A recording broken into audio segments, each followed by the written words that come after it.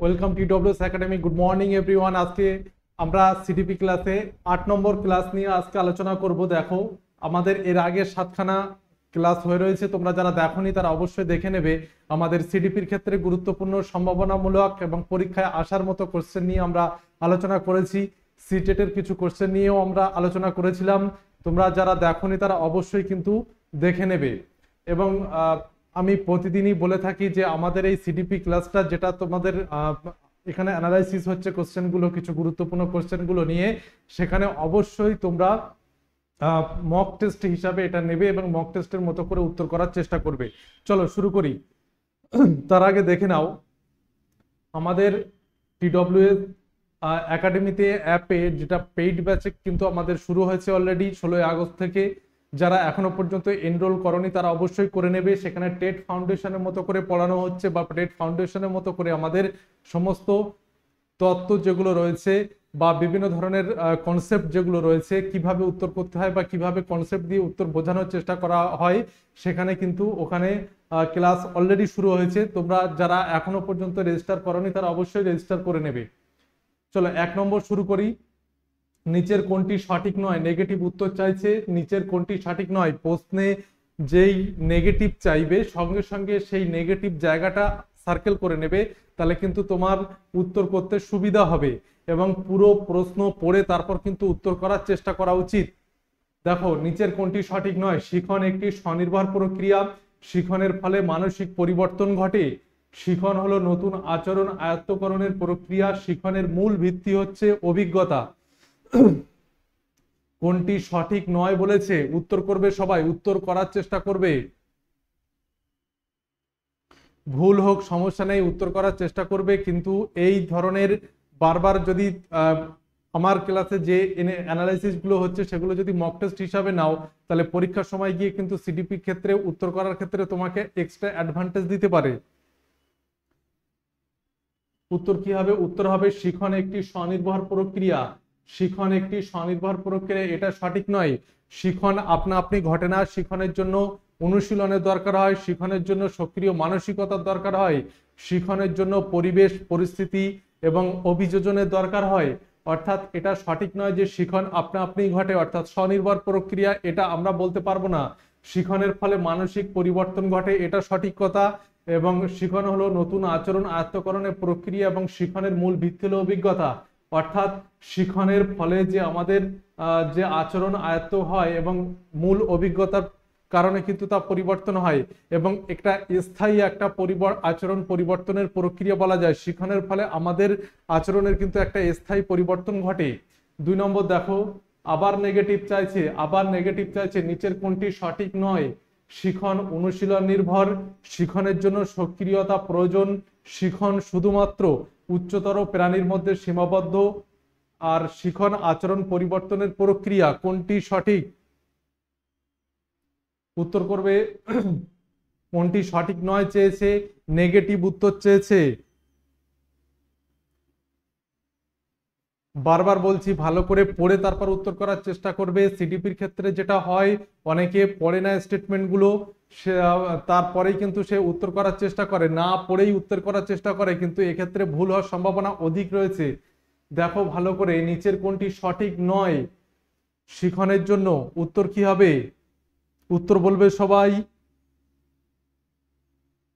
উত্তর কি হবে? দেখো, উত্তর হবে সি। শিখন শুধুমাত্র উচ্চতর প্রাণীর মধ্যে সীমাবদ্ধ, এটা সঠিক নয়। শিখন শুধুমাত্র উচ্চতর প্রাণীর মধ্যে সীমাবদ্ধ নয়। শিখন নিম্নতর শ্রেণীর মধ্যেও রয়েছে। অর্থাৎ শিখন নিম্নতর শ্রেণীর দ্বারাও কিন্তু শিখন হয়। শিখন যে শুধুমাত্র উচ্চতর প্রাণী অর্থাৎ মানুষের মধ্যে সীমাবদ্ধ তা নয়। বিভিন্ন ধরনের পরীক্ষা, যে শিখন সংক্রান্ত যে তত্ত্বগুলো প্রতিষ্ঠা হয়েছিল, সেখানে দেখবে যে বিভিন্ন মনোবৈজ্ঞানিক কিন্তু নিম্নতর শ্রেণীর উপরে পরীক্ষা করেছিলেন। তাহলে আমরা এটা বলতে পারি না যে শিখন শুধুমাত্র উচ্চতর প্রাণীর মধ্যে সীমাবদ্ধ, এটা বলা যায় না। 3 নম্বর দেখো, শিখনের তত্ত্ব। শিখনের তত্ত্ব হলো শিখনকে ব্যাখ্যা করা, শিখনের শর্তগুলি নির্দিষ্ট করা, শিখনের সীমাবদ্ধতাগুলি নির্দিষ্ট করা, উপরের সবগুলি। শিখনের তত্ত্ব কি আমাদের এটা জানতে চেয়েছে, উত্তর করবে সবাই। শিখনের তত্ত্বটি কি? শিখনকে ব্যাখ্যা করা, নাকি শিখনের শর্তগুলিকে নির্দিষ্ট করা, নাকি শিখনের সীমাবদ্ধতাগুলি নির্দিষ্ট করা?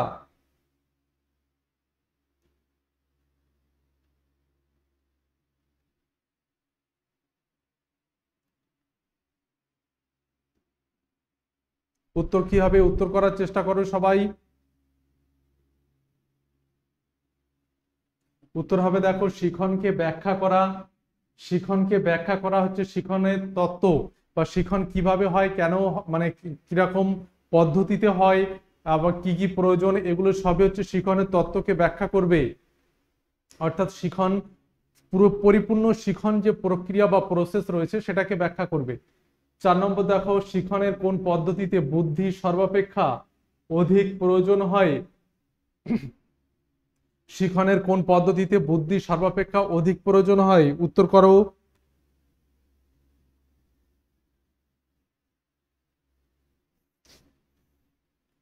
চেষ্টা ও ভ্রান্তি পদ্ধতি, সক্রিয় অনুবর্তন পদ্ধতি, অন্তর্দৃষ্টি পদ্ধতি, প্রাচীন অনুবর্তন পদ্ধতি, এই সবগুলোই একটা একটা পদ্ধতি রয়েছে, একটা একটা শিখন তত্ত্ব। এইগুলো এই শিখন তত্ত্বের কোনটিতে সবচেয়ে বেশি পরিমাণে বুদ্ধি আমাদের প্রয়োজন, সবচেয়ে বেশি পরিমাণে বুদ্ধি দরকার কোনটিতে? যেমন দেখো চেষ্টা ও ভ্রান্তি পদ্ধতি, যেটা থর্নডাইকের প্রচেষ্টা ও ভুল তত্ত্ব। থর্নডাইকের সক্রিয় অনুবর্তন তত্ত্ব হচ্ছে স্কিনারের সক্রিয় অনুবর্তন তত্ত্ব। অন্তর্দৃষ্টি পদ্ধতি, অন্তর্দৃষ্টি পদ্ধতি যেটা হচ্ছে যে হঠাৎ করে কোনো সমস্যার সমাধান আমাদের মনে এসে উদয় হওয়া, এই অন্তর্দৃষ্টি পদ্ধতির প্রবক্তা কোহলার এবং কফকা।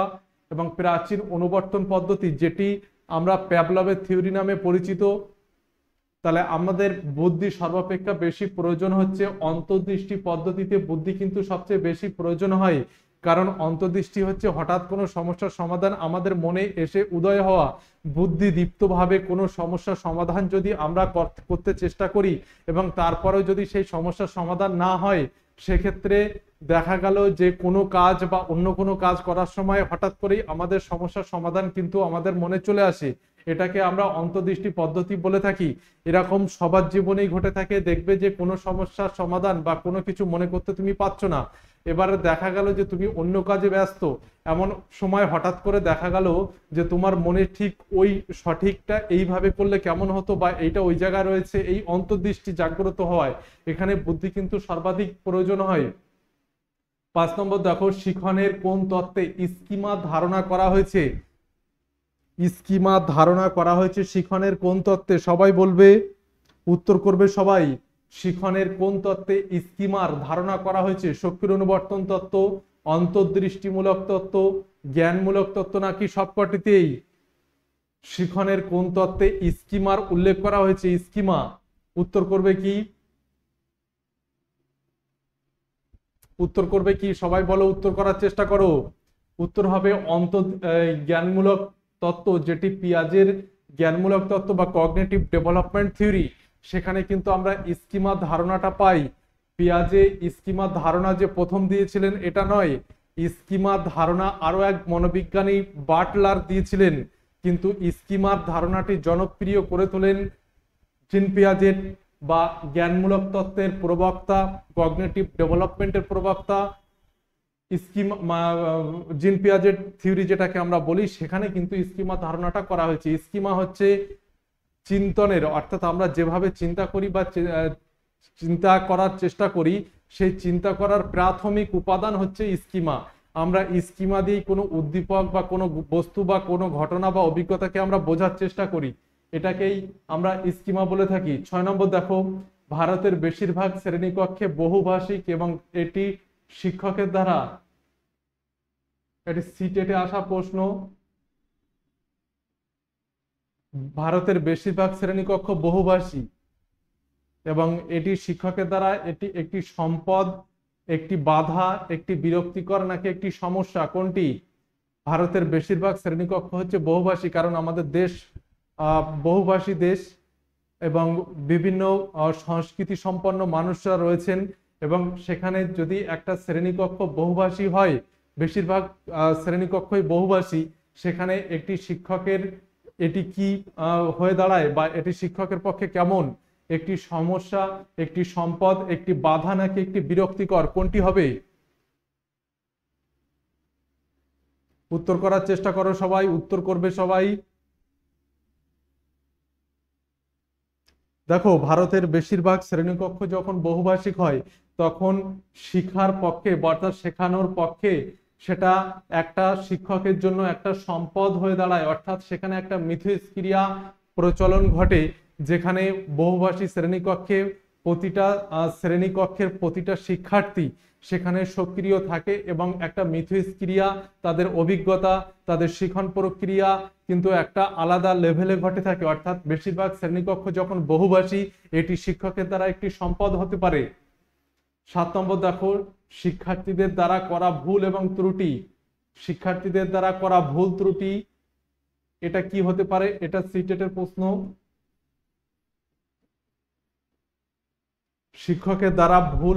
শিক্ষার্থীদের দ্বারা করা ভুল ত্রুটি এটি শিক্ষক ও শিক্ষার্থীদের ব্যর্থতার ইঙ্গিত দেবে, নাকি তাদের চিন্তা ভাবনা বোঝার সুযোগ হিসাবে দেখা উচিত, নাকি কঠোরভাবে মোকাবেলা করা উচিত, নাকি শিশুদের দুর্বল বা অসামান্য হিসাবে লেবেল করার একটি দুর্দান্ত সুযোগ, কোনটি হবে?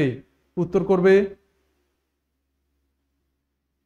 শিক্ষার্থীরা যখন ভুল করছে শ্রেণীকক্ষে বা বিভিন্ন সমস্যার সমাধান করতে গিয়ে তারা সমস্যার সমাধানের ঠিক পদ্ধতিতে এগোতে পারছে না, তখন তারা যখন যে ভুলগুলো করছে সেটা শিক্ষকের দ্বারা করা ভুল এবং ত্রুটি, সেটা কি হবে?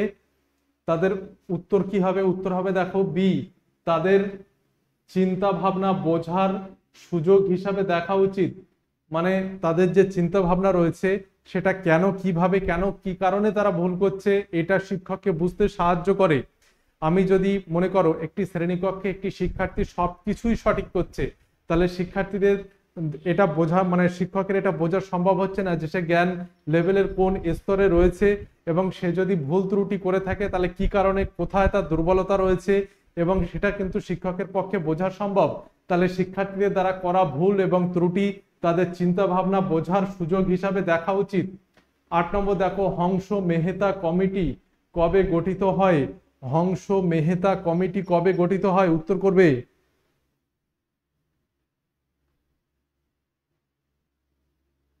হংস মেহতা কমিটি কবে গঠিত হয়? হংস মেহতা কমিটি হচ্ছে যে নারী শিক্ষা পরিষদের দ্বারা গঠিত একটি কমিটি, যেখানে নারী শিক্ষার উন্নয়ন পাঠ্যক্রম সম্পর্কে একটি বিস্তারিত পর্যালোচনা করে। এই হংস মেহতা কমিটি গঠিত হয়েছিল 1961 খ্রিস্টাব্দে। 1961 খ্রিস্টাব্দে হংস মেহতা কমিটি গঠিত হয়েছিল। 9 নম্বর দেখো, কেজি বিভি এর পরিপূর্ণ রূপটি কি? কেজিবিভি এর পরিপূর্ণ রূপটি কি?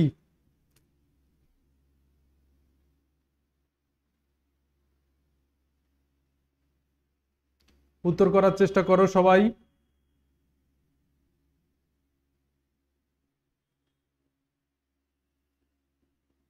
কেজিবিভি এর পরিপূর্ণ রূপটি কি হবে? উত্তর করার চেষ্টা করো।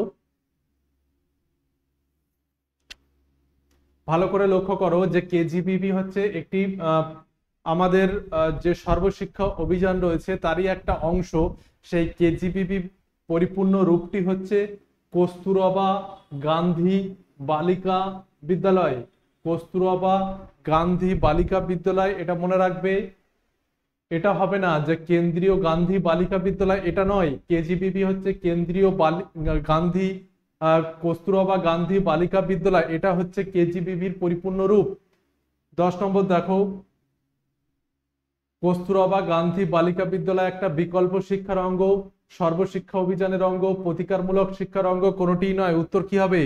কস্তুরবা গান্ধী বালিকা বিদ্যালয় কি ধরনের বিদ্যালয়ের অঙ্গ বা অংশ বলা যায়? কস্তুরবা গান্ধী বালিকা বিদ্যালয় একটি, উত্তর কি হবে আমি এক্ষুনি বলে দিলাম, যারা আলোচনাটা শুনছো তারা কিন্তু পারবে। সেটা হচ্ছে সর্বশিক্ষা অভিযানের অঙ্গ। সর্বশিক্ষা অভিযানের অঙ্গ। অনেকে ভুল উত্তর করছো, কারণ বুঝতে পারছি না সঠিকভাবে শুনছো কিনা। সর্বশিক্ষা অভিযানের অঙ্গ এটি। 11 নম্বর দেখো, দুর্গাবাই দেশমুখ নিচের কোনটির সাথে যুক্ত? দুর্গাবাই দেশমুখ নিচের কোনটির সাথে যুক্ত? ভক্ত বৎসলম কমিটি, জাতীয় নারী শিক্ষা পরিষদ, দুর্গাবাই দেশমুখ কমিটি, হংস মেহতা কমিটি, কোনটি? উত্তর কি হবে? দুর্গাবাই দেশমুখ হচ্ছে উত্তর, বলো সবাই। দুর্গাবাই দেশমুখ যেটি তিনি ছিলেন জাতীয় নারী শিক্ষা পরিষদের একজন সদস্য। দুর্গাবাই দেশমুখ নিচের কোনটির সাথে যুক্ত? জাতীয় নারী শিক্ষা পরিষদের সাথে যুক্ত। 12 নম্বর দেখো, অপারেশন ব্ল্যাকবোর্ড শিক্ষার কোন স্তরের সাথে যুক্ত? অপারেশন ব্ল্যাকবোর্ডের নাম অনেকে শুনেছো। অপারেশন ব্ল্যাকবোর্ড এর অপারেশন ব্ল্যাকবোর্ড শিক্ষার কোন স্তরের সাথে যুক্ত? প্রাক প্রাথমিক শিক্ষার সাথে, প্রাথমিক শিক্ষার সাথে, মাধ্যমিক শিক্ষার সাথে, নাকি চিকিৎসামূলক শিক্ষার সাথে যুক্ত? উত্তর করবে সবাই। অপারেশন ব্ল্যাকবোর্ড শিক্ষার কোন স্তরের সাথে যুক্ত?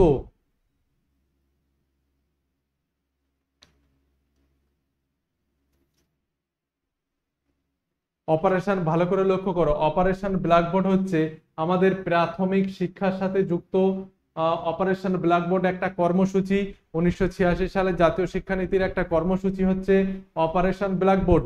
এই অপারেশন ব্ল্যাকবোর্ডের মাধ্যমে প্রাথমিক শিক্ষা বিদ্যালয়গুলোতে যেগুলো পরিকাঠামোগত সুযোগ সুবিধা বা শিক্ষক সংক্রান্ত সমস্যা, বা দেখা গেল যে পরিষ্কার পরিচ্ছন্নতার দিক থেকে সমস্যা বা শিক্ষা উপকরণের দিক থেকে সমস্যাযুক্ত যে সমস্ত বিদ্যালয়, সে সমস্ত বিদ্যালয় পরিকাঠামো থেকে শুরু করে সমস্ত কিছু সুযোগ সুবিধা দান করা হচ্ছে অপারেশন ব্ল্যাকবোর্ডের প্রধান উদ্দেশ্য। কারণ সেই সময় চালু করা হয়েছিল, অনেক সময় দেখা যায় যে আমাদের এমন এমন অঞ্চল রয়েছে, এমন এমন জায়গা রয়েছে যেখানে আমাদের শিশুদের বাড়ি থেকে 1 কিলোমিটার বা 3 কিলোমিটার, এমনকি 5 কিলোমিটারের মধ্যে কোনো প্রাথমিক বিদ্যালয় নেই।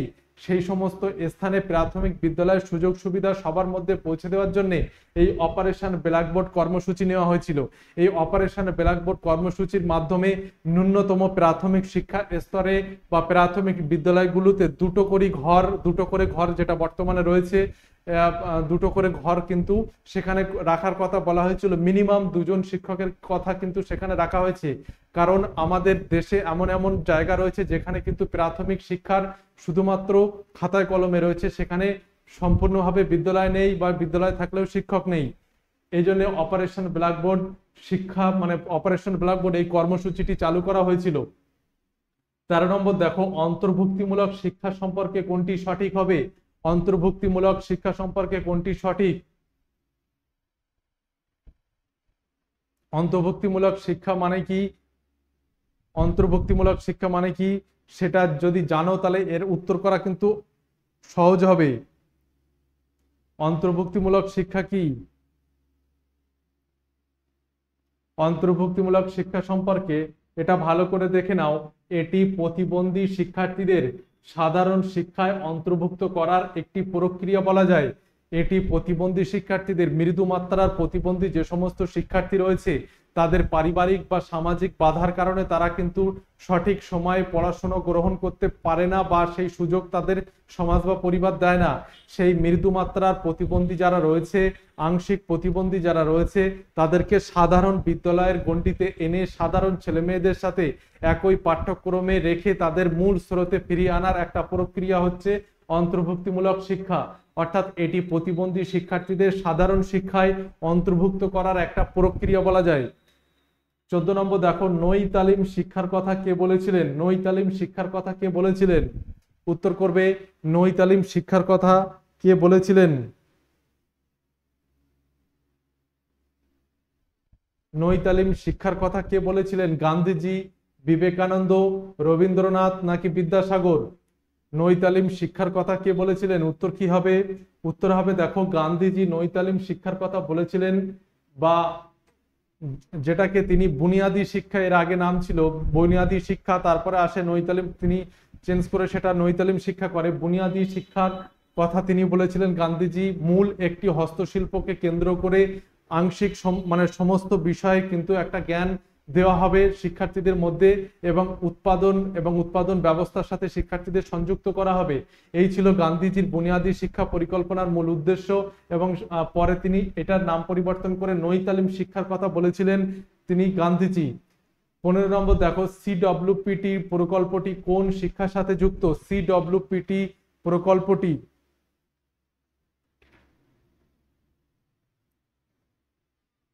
সিডব্লিউপিটি প্রকল্পটি কোন শিক্ষার সাথে যুক্ত? সিডব্লিউপিটি প্রকল্পটি অবশ্যই অনেকে জানো, উত্তর করবে অন্তর্ভুক্তিমূলক শিক্ষার সাথে যুক্ত। অন্তর্ভুক্তিমূলক শিক্ষার সাথে যুক্ত। সিডব্লিউপিটি মানে হচ্ছে যে ক্লাস ওয়াইড পির টিউটরিং, অর্থাৎ আমরা যে অন্তর্ভুক্তিমূলক শিক্ষায় যে সাধারণ শিক্ষার্থীদের সাথে আংশিক প্রতিবন্ধী শিক্ষার্থীরা থাকে, তারা একে অপরকে সাহায্য দানের মাধ্যমে ক্লাস মানে আমাদের শ্রেণীকক্ষের যে সমস্ত উদ্দেশ্য রয়েছে, আমাদের শিক্ষার যে উদ্দেশ্য রয়েছে সেটাকে এগিয়ে নিয়ে যায়। অর্থাৎ সাধারণ শিক্ষার্থী এবং প্রতিবন্ধী শিক্ষার্থী উভয়ের মিলেই কিন্তু একটা মিথস্ক্রিয়া বা আমাদের টিউটরিং এর মাধ্যমে বা পির টিউটরিং এর মাধ্যমে আমাদের শ্রেণীকক্ষের মূল কার্যক্রমকে এগিয়ে নিয়ে যাওয়ার একটা প্রকল্প সিডব্লিউপিটি। 17 নম্বর দেখার আগে দেখে নাও আমাদের free live class routine Monday to Saturday September 2024-এর জন্য নতুন রুটিন দেখো। প্রতিটা স্যার ম্যাডাম যারা রয়েছেন এবং প্রতিদিন কিন্তু আমাদের ইউটিউব চ্যানেলে যে শ্রেণীতে যে আলোচনাগুলো হয় সেগুলো কিন্তু খুবই গুরুত্বপূর্ণ। যারা এই চাকরি ছাড়া অন্য কোনো চাকরি পরীক্ষার প্রস্তুতি নিচ্ছে তারা অবশ্যই কিন্তু ফলো করতে পারো। 16 নম্বর দেখো ব্যক্তির বৈষম্যের ক্ষেত্রে কোনটি সঠিক? ব্যক্তি বৈষম্যের ক্ষেত্রে কোনটি সঠিক? এটি শুধুমাত্র অর্জিত, এটি পরিমাপ বা নির্ণয়যোগ্য, এটি ব্যক্তির বয়স সন্ধিক্ষণে দেখা যায়। ব্যক্তি বৈষম্য মানে হচ্ছে ব্যক্তিতে ব্যক্তিতে পার্থক্য কেন থাকে বা কেন হয়, ব্যক্তিতে পার্থক্যের কারণটা কি। ব্যক্তিতে দেখবে যে সমাজে দুটো ব্যক্তি কখনোই একই রকম হতে পারে না, তাদের বৈশিষ্ট্য আলাদা হতে পারে, এটা বলা হয় ব্যক্তি বৈষম্য। এটা কোনটি সঠিক?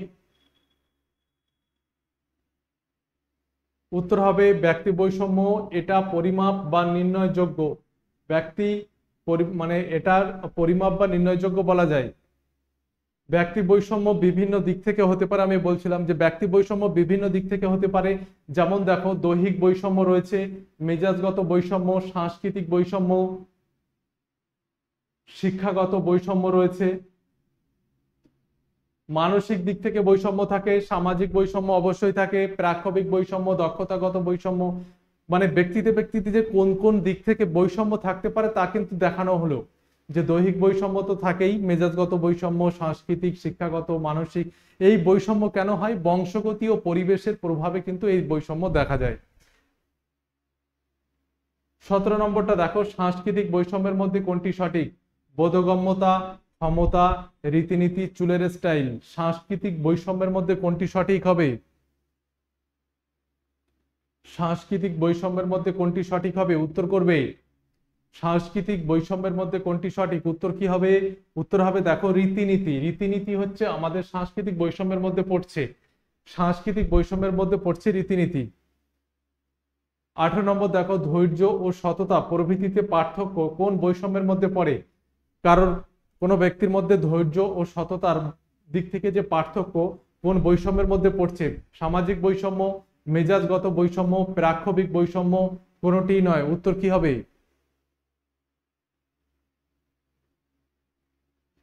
ধৈর্য ও সততা। ধৈর্য ও সততা। উত্তর কি হবে? উত্তর হবে দেখো মেজাজগত বৈষম্যের মধ্যে পড়ছে আমাদের ধৈর্য ও সততা। ব্যক্তিতে যে ধৈর্য এবং সততার পার্থক্য রয়েছে সেই পার্থক্যটা মেজাজগত বৈষম্যের মধ্যে পড়ছে। 19 নম্বর দেখো ব্যক্তি বৈষম্যের ক্ষেত্রে কোনটি সঠিক? ব্যক্তি বৈষম্যের ক্ষেত্রে কোনটি সঠিক?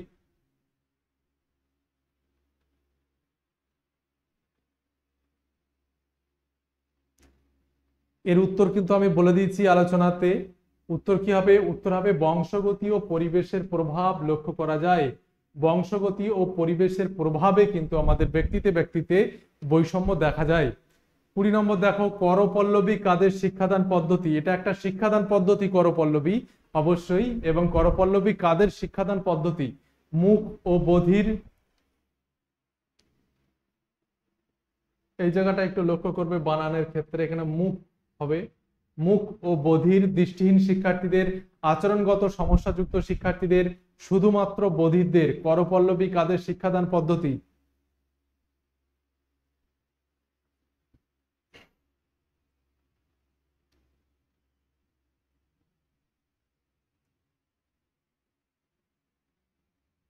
উত্তর করবে করপল্লবী কাদের শিক্ষাদান পদ্ধতি? উত্তর হবে মুক ও বধিরদের শিক্ষাদান পদ্ধতি হচ্ছে করপল্লবী। মুক ও বধির যারা কথা বলতে পারে না এবং কানে শুনতে পারে না, তারা করপল্লবীর সাহায্যে তারা কিন্তু শেখে। ভারতের সর্বপ্রথম মুক ও বধিরদের জন্য বিদ্যালয় প্রতিষ্ঠা হয়। মুক ও বধিরদের জন্য বিদ্যালয় প্রতিষ্ঠা হয় কোথায়? কলকাতা, মাদ্রাজ, গুজরাট, বোম্বাইতে। ভারতের সর্বপ্রথম মুক ও বধির ছেলেমেয়েদের জন্য বিদ্যালয় প্রতিষ্ঠা হয়েছিল কোথায়? উত্তর করো।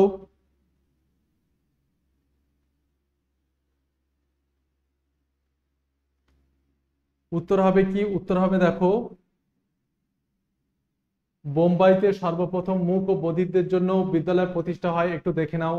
ভারতের সর্বপ্রথম 1884 খ্রিস্টাব্দে বোম্বাইতে মুক ও বধির ছেলেমেয়েদের জন্য বিদ্যালয় স্থাপন করা হয়। মুক ও বধির ছেলেমেয়েদের জন্য বিদ্যালয় স্থাপন করা হয়েছিল ভারতের সর্বপ্রথম কত? 1884 খ্রিস্টাব্দে। এবং কলকাতায় মুক ও বধিরদের জন্য বিদ্যালয় প্রতিষ্ঠা হয় 1893 খ্রিস্টাব্দে। 1893 খ্রিস্টাব্দে মুক ও বধিরদের জন্য বিদ্যালয় স্থাপন করা হয়েছিল। তাহলে এই দুটো তথ্য মনে রাখবে। একটা হচ্ছে বোম্বাইতে প্রথম হয়েছিল 1884 খ্রিস্টাব্দে, আরেকটি হচ্ছে কলকাতায় হয়েছিল 1893 খ্রিস্টাব্দে। তারপরে দেখো, ভারতের সর্বপ্রথম দৃষ্টিহীন শিশুদের, ভালো করে পড়ো, দৃষ্টিহীন শিশুদের শিক্ষা প্রতিষ্ঠান স্থাপন হয় কবে? 1883, 1897, 47 নাকি 2004? কোনটি হবে সর্বপ্রথম দৃষ্টিহীন শিশুদের শিক্ষা প্রতিষ্ঠান স্থাপন হয়েছিল কবে?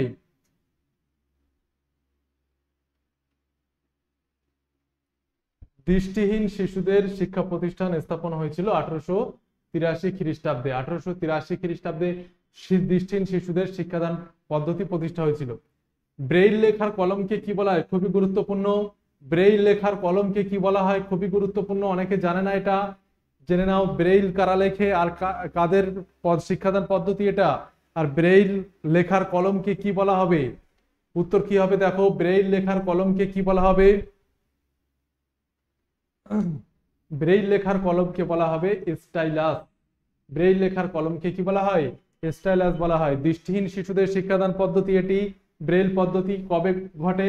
কবে দৃষ্টিহীন পদ্ধতিতে শিশুদের শিক্ষাদান পদ্ধতি হিসাবে ব্রেইল পদ্ধতি কবে হয়? 1829 খ্রিস্টাব্দে প্রচলন করেন কে? লুই ব্রেইল, এবং 6টি বিন্দু দিয়ে লেখা হয়। এবং ব্রেইল লেখার কলমকে কি বলা হয়? স্টাইলাস।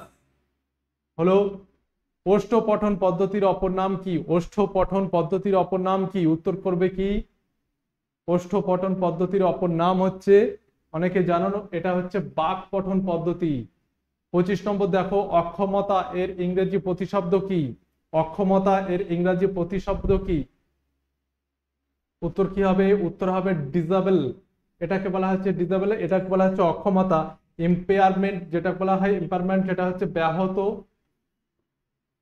ব্যাহত, এবং হ্যান্ডিক্যাপ যেটা হচ্ছে বলা হচ্ছে প্রতিবন্ধী।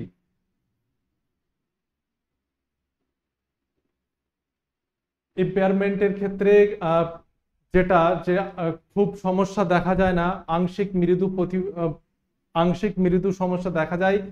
ডিসেবলের ক্ষেত্রে এটা কিছুটা আংশিকভাবে অক্ষম বলা যায়। হ্যান্ডিক্যাপের ক্ষেত্রে এটা মানে দৈনন্দিন জীবনে কিন্তু ব্যাপক সমস্যা তৈরি করে। তাহলে এটা বোঝা গেল। শিক্ষাক্ষেত্রে কোন দিকে দৃষ্টি রেখে শিখন পরিচালনা করা উচিত?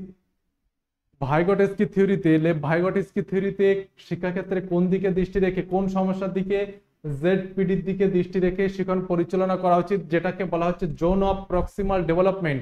যেখানে শিশু যে সমস্যাটায় পড়ে সেখান থেকে সেই সমস্যার সমাধানের জন্য অন্য ব্যক্তির সাহায্য নেয়।